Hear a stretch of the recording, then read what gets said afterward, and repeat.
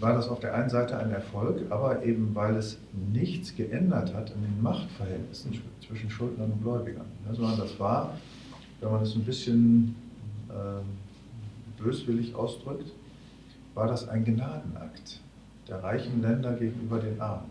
Wir wollten, dass Länder in der Lage sind, sich selber zu verteidigen und nicht mehr in der Situation sind, dass eben, weil es sowas wie ein Staateninsolvenzverfahren gibt, ein Recht gibt, und nicht mehr in der Situation sind, als Bittsteller auftreten zu müssen. Und das haben wir nicht erreicht.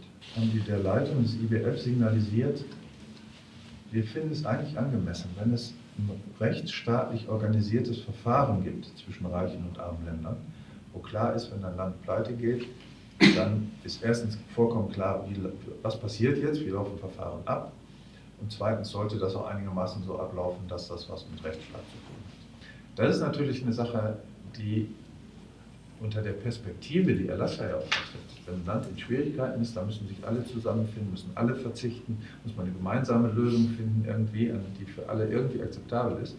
Wenn der eine schon drei jährliche Schuldendienstzahlungen auf die Seite geschafft hat, das funktioniert nicht mehr. Wenn jetzt hier irgendjemand vom Internationalen Währungsfonds säße, der wäre jetzt schon aufgesprungen und hätte laut in die Hände geklatscht, hätte gesagt, genau das ist das, was wir mit den Ländern machen. Wir setzen uns mit denen zusammen, wir gucken, wie muss eure gesamte Volkswirtschaft reformiert werden, wir schlagen Reformen vor, wir sorgen für Transparenz, was sie auch tun, ne? Also soweit es geht, damit das Land dann letztlich doch irgendwie bezahlen kann und alle am Ende zufrieden sein können. Das ist unser genuines Mandat als Internationaler Währungsfonds. Alle sehen die Krise kommen, aber alle sagen, ein bisschen besseres Schuldenmanagement, ein bisschen mehr Capacity und dann verhindern wir die Krise. Das heißt, wir merken, das wird so ein bisschen als Diskurs genommen, um über Schuldenerlasse oder um diesen nicht erstrebenswerten, aber im Prinzip Kreditgeschäft kann immer ausfallen, um diesen Diskurs zu verhindern, indem man halt sagt, ja, wir investieren einfach mehr in Capacity. Aber ich glaube, das Kreditgeschäft, und da steckt ja sogar im Wort drin, natürlich viel auch auf Vertrauen arbeitet und der menschliche Faktor hier wirklich eine große Rolle spielt.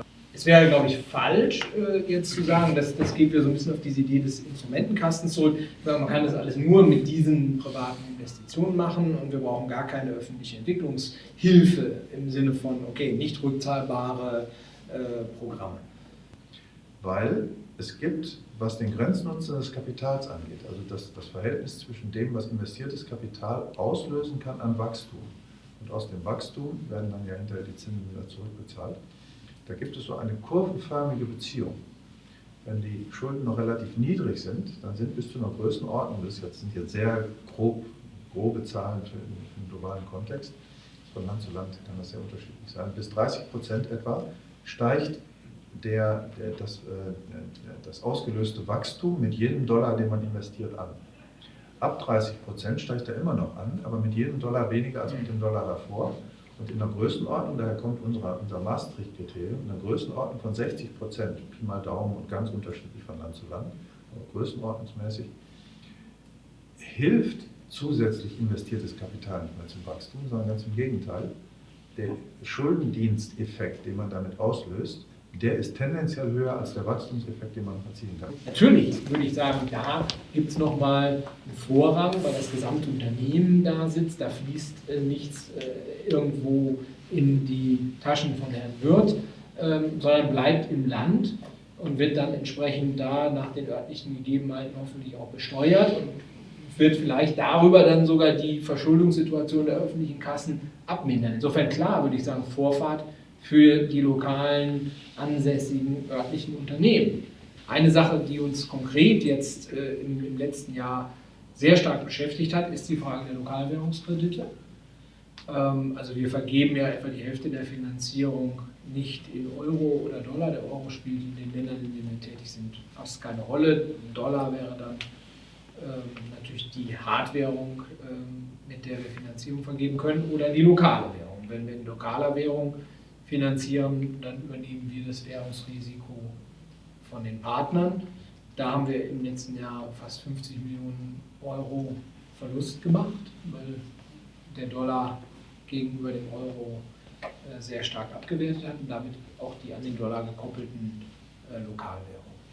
Und das, finde ich, wäre eine Sache, die man in Europa, vielleicht auch nur in Deutschland, aber besser noch in Europa, auf den Weg bringen könnte, wenn man sagt, wir wollen Blending, wir wollen öffentliche Mittel nutzen, um private Investitionen zu ermöglichen, dann sollte man nicht, braucht man uns jetzt nicht weiteres großes Geld geben. Also ich gehe nicht zur Bundesregierung und sage, bitte gebt Eurocredit 10 Milliarden oder so. Das würden wir in der Summe gar nicht so schnell loskriegen. Ja? Aber was wirklich helfen würde, wäre, wenn es in Europa einen Topf gäbe, der meinetwegen auch größtenteils mit öffentlichen Mitteln gefüllt wird, wo man sagt, Organisationen, die bestimmte Kriterien erfüllen in der Kreditvergabe, in ihrer Due Diligence, also der Prüfung, wo dann nicht nur ökonomische, sondern auch soziale, ökologische und Governance-Kriterien angemessen berücksichtigt werden, die nicht mit Renditemaximierung unterwegs sind, sondern mit moderaten Renditeabsichten, denen geben wir Zugang zu diesem Topf und bei Lokalwährungsverlusten können die sich aus dem Topf bedienen. Wenn sie Lokalwährungsgewinne machen, müssen sie die natürlich in den Topf einzahlen.